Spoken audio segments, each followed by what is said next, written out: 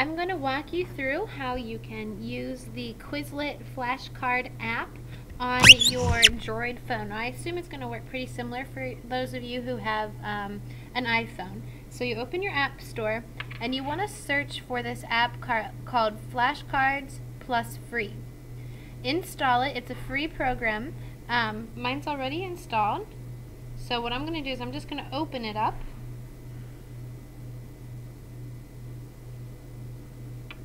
Okay.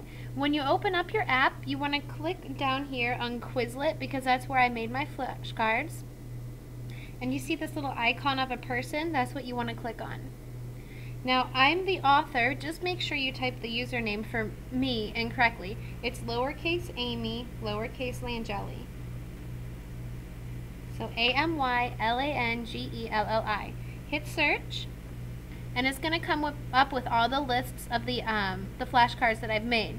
So I have made one called Quadratics 5 simply because I had to do it 5 times to get it to work. So you can see it has 96 flashcards on it. So click on it and it's going to open up your different flashcards. And then you can just tap to see the answer. So for example, what is ax squared plus bx plus c equals 0? That is standard form.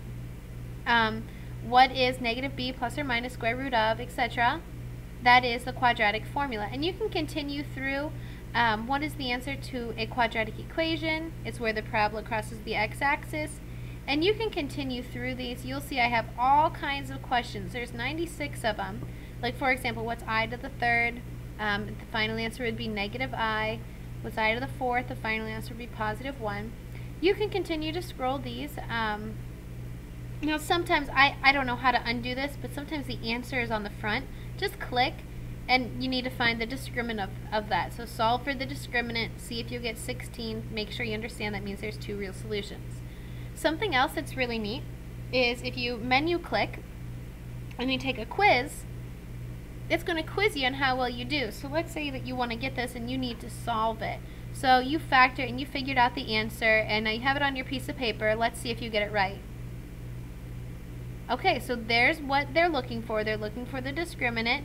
Let's say that you get it right. Give yourself a check mark. So far you've told yourself, hey, I've gotten 1 right. Okay, take a look at the next one, solve it, look at the answer. If you got it wrong, hit the X. Continue on, and it's going to take you, though, through all 95. I don't know how to shorten that down since I'm just kind of starting this. But just go ahead and you can continue to work through that. It's just a neat little tool that you can use. It looks like you can pause the test. You have all kinds of options to do here. So you can also go to Quizlet.com. And if you go to Quizlet.com, you'll be able to do even more interesting things with these ideas. If you give me a minute, I'll pull that up on my computer and you can take a look at what that looks like.